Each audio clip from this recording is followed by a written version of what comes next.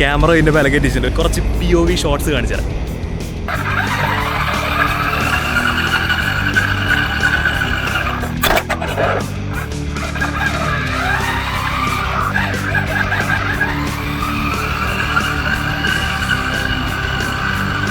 എൻ്റെ പൊന്നു ഒരു രക്ഷയില്ലട ചൂട്.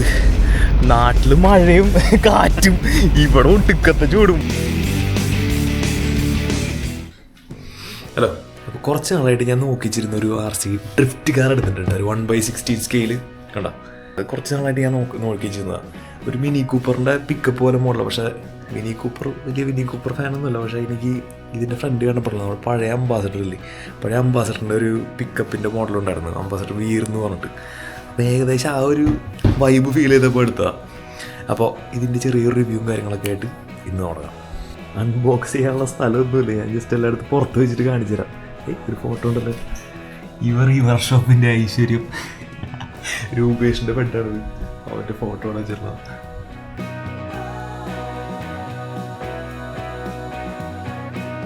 ബോക്സിൽ ഇതൊക്കെയാണ് വരുന്നത്. ഒരു set drift wheels, hard plastic wheels, പിന്നെ ടൂൾസ് വരുന്നത് സ്ക്രൂ ഡ്രൈവർ, ഒരു റഞ്ച്, പിന്നെ കുറച്ച് ക്ലിപ്സ്, പിന്നെ 2 സ്റ്റിയറിങ്ങിൻ്റെ ലിങ്ക് വരുന്നുണ്ട്. ഞാൻ എന്തിനാന്ന് പറഞ്ഞുതരാം. പിന്നെ ഒരു 1200 mAh 2 cell lithium ion battery, അതിൻ്റെ ചാർജർ. ഈ ചാർജർ അത്യാവശ്യം രസമുണ്ട് കാണാൻ, കുറച്ച് ക്വാളിറ്റി ആയിട്ടുള്ള ചാർജറായിട്ട് ഫീൽ ചെയ്യുന്നുണ്ട്. പിന്നെ നമ്മുടെ വണ്ടി, അതിൻ്റെ റിമോട്ട്.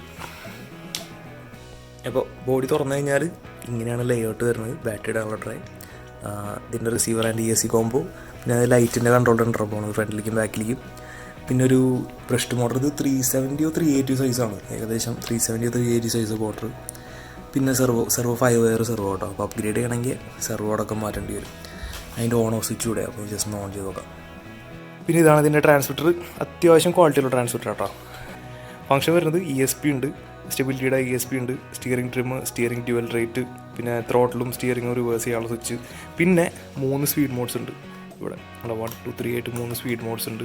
ഇത് ലൈറ്റ്സിൻ്റെ കൺട്രോൾ ചെയ്യാനുള്ള സ്വിച്ച്, പിന്നെ ഓൺ ഓഫ് സ്വിച്ച്. പുറത്തിറങ്ങുന്നതിന് മുമ്പ് ഇതിൻ്റെ ലൈറ്റ് ഒന്ന് വീഡിയോ എടുത്തിട്ട് പോട്ടെ, കാരണം പുറത്ത് നല്ല അടിപൊളി വെയിലാണ്. അപ്പോൾ ലൈറ്റ് ക്ലിയർ ആയിട്ട് കാണില്ല. അപ്പോൾ ഇത് ഫസ്റ്റ് ഓൺ ചെയ്യുമ്പോഴത്തെ മോഡ് ഇതാട്ടോ. അടുത്ത് ജസ്റ്റ് റെഡ് റിങ് ആയി, ഇത് അടിപൊളി ഉണ്ട് കേട്ടോ. റെഡും വൈറ്റും ഓഫ്, പിന്നെ വൈറ്റ് മാത്രം. അതുപോലെ ബാക്കിൽ ആ ഒരു ഡിഫ്യൂസറിൻ്റെ ഭാഗത്തൊരു ചെറിയൊരു ടെയിൽ ലൈറ്റുണ്ട്. ജസ്റ്റ് അതിൻ്റെ വീൽ സ്പീഡും കൂടി കാണിച്ചു തരാം. ലോ സ്പീഡിൽ, മീഡിയം, ഹൈ. അപ്പോൾ ഇനി പുറത്ത് പോയിട്ട് വണ്ടിയുടെ നമുക്ക് കുറച്ച് ഷോർട്സും റിവ്യൂ ഒക്കെ ചെയ്യാം. അല്ല ചെയ്യണം.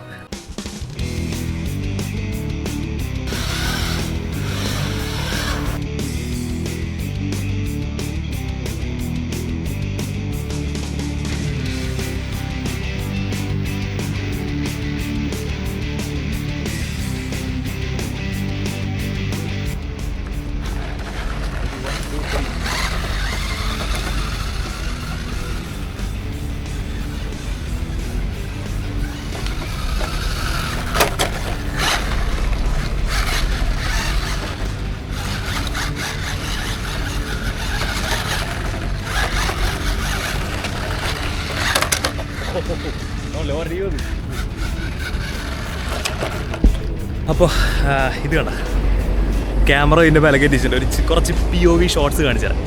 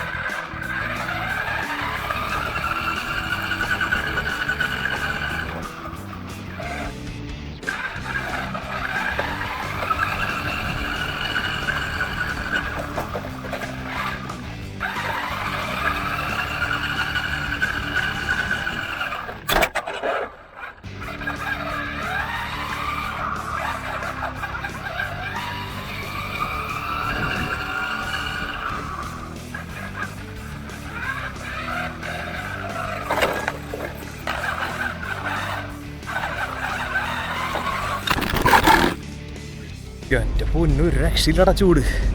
നാട്ടിൽ മഴയും കാറ്റും, ഇവിടെ ഒട്ടുക്കത്തെ ചൂടും. അങ്ങനെ ഇന്നത്തെ പരിപാടി കഴിഞ്ഞു. ഒരു രക്ഷയില്ലാത്ത ചൂടാട്ടാ പുറത്ത്. വണ്ടിയുടെ ടയറൊക്കെ ചൂടായിട്ട്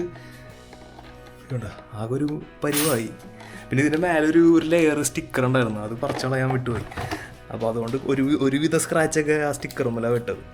നല്ല അടിപൊളിയായിട്ട് ക്രാഷും ചെയ്ത് കുറേ മറയുകയും ചെയ്ത്. മേലെ ക്യാമറ വെച്ചുകൊണ്ട് അതിൻ്റെ വീട്ടുകാരും മറയുകയും ചെയ്ത്. അത്യാവശ്യം കുഴപ്പമില്ല കേട്ടോ, ഡ്യൂറബിൾ സാധനങ്ങൾ. ഇതുവരെ വേറെ ഡാമേജ് ഒന്നുമില്ല, ഒന്നും പൊട്ടിയിട്ടൊന്നുമില്ല. ഈ സ്റ്റിക്കറൊക്കെ ഒന്ന് അഴിച്ച് കളയാം.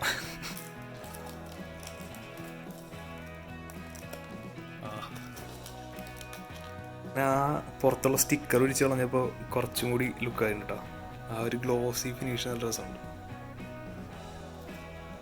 എന്തോ ഒരു പൂവൊക്കെ ഇരിക്കുന്ന ഉള്ളിൽ. ചൂട് കാരണം കണ്ട ഈ ഒരു റിസീവറിൻ്റെ സ്റ്റിക്കർ വരെ കണ്ടോ ഉരുകി. താഴത്തെ ആ ഒരു ഡബിൾ സൈഡ് ടൈപ്പിൻ്റെ പശ പോയിട്ട് ഇതേ പറഞ്ഞു പോകുന്നു. അത്ര ചൂടാണ് പുറത്ത്. ഇതിൽ പിന്നെ ആകെ എനിക്ക് ഇഷ്ടപ്പെടാത്തൊരു സംഭവം എന്ന് വെച്ചിട്ടുണ്ടെങ്കിൽ ഇത് കണ്ട ഈ ഒരു വയർ ലെങ്ത്ത് ഭയങ്കര കുറവാണ്. അപ്പോൾ നമ്മൾ ബാറ്ററി അടിക്കാൻ വേണ്ടിയിട്ടാണെങ്കിൽ എടുക്കുമ്പോൾ മിക്ക സമയത്ത് ഇത് ഊരേണ്ടി വരും. പിന്നൊരു പ്രശ്നം എന്ന് വെച്ചിട്ടുണ്ടെങ്കിൽ ഇത് കണ്ട ഇത് 4 വീൽ ഡ്രൈവ് ആണ്. ഫ്രണ്ടിലും ബാക്കിലും ഡിഫറൻഷ്യലും ഉണ്ട്. പക്ഷേ പ്രശ്നം എന്താ വെച്ചാൽ കണ്ടോ നല്ല ടൈറ്റായിട്ട് വെച്ചിട്ട് ഡിഫറൻഷ്യൽ. അപ്പോൾ